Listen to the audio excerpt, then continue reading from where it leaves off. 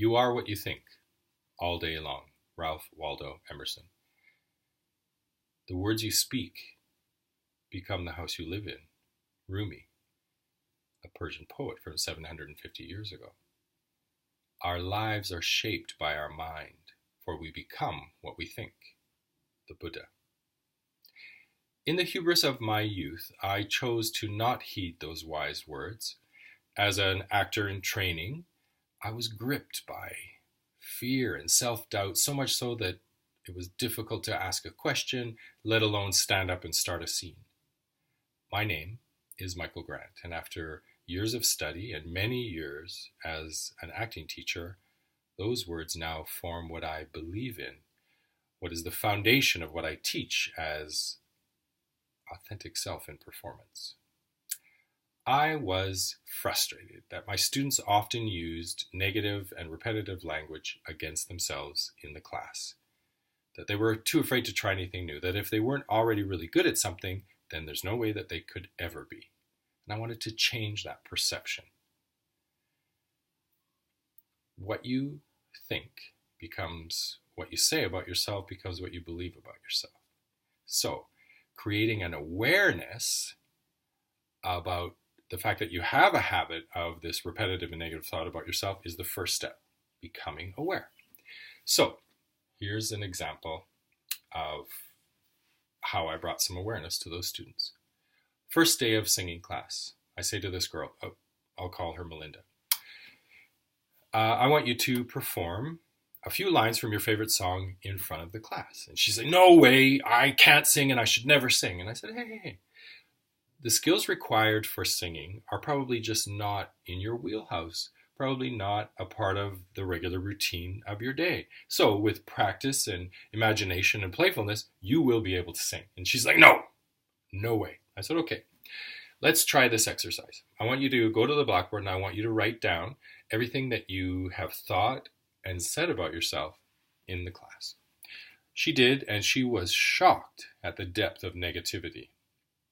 I then asked the rest of the students to do the same thing. And upon discussion, they could see how they were sabotaging themselves, that their dream would never match their reality unless there was a big change. The negative thoughts you have affect what you say about yourself. These thoughts and words dictate then what you believe about yourself. Now next, I would ask the students to use their personal journal as an exercise or tool in becoming more aware of how pervasive this cycle was. At the end of the term, I would collect those journals, and almost every student used negative language about themselves. So the journal was another useful tool in bringing that awareness to the student.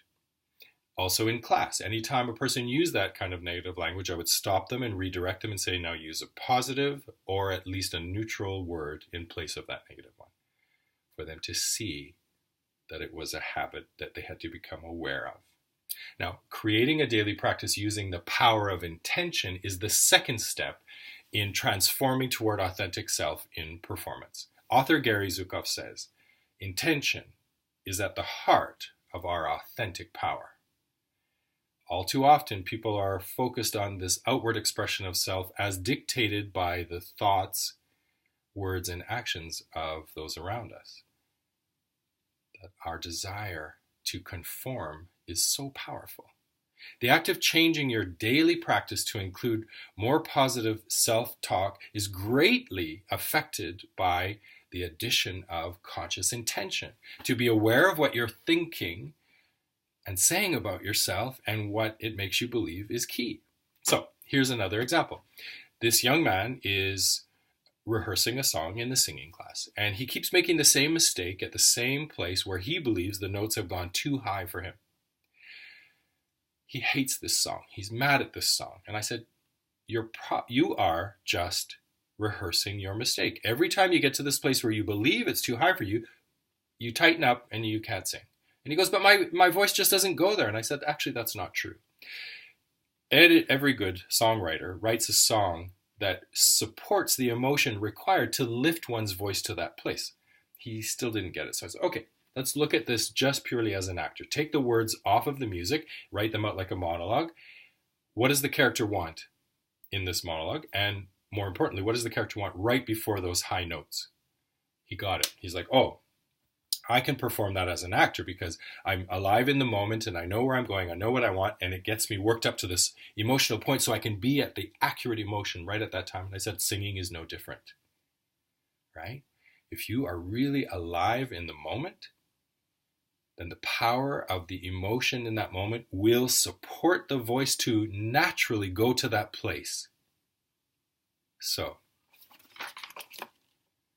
that's no different, right? Your voice will reach that high note because it's what is correct emotionally in the moment. The key is to be so alive in the moment that your voice just goes there. Your body, everything supports going to that place because it's what is right in the moment, in that story, for what you want.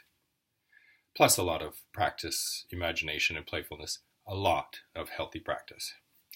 To be engaging and authentic in performance requires a discipline and focus only possible when you have a mind and body connection that is authentic self.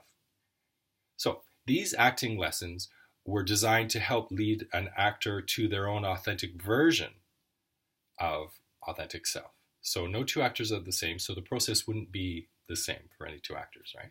But there was still self-doubt and fear and nervousness. So I shared this quote from Don Miguel Ruiz. Don Miguel Ruiz. Don't take anything personally. What someone else does has nothing to do with you. What they say and do is a part of their dream, their reality.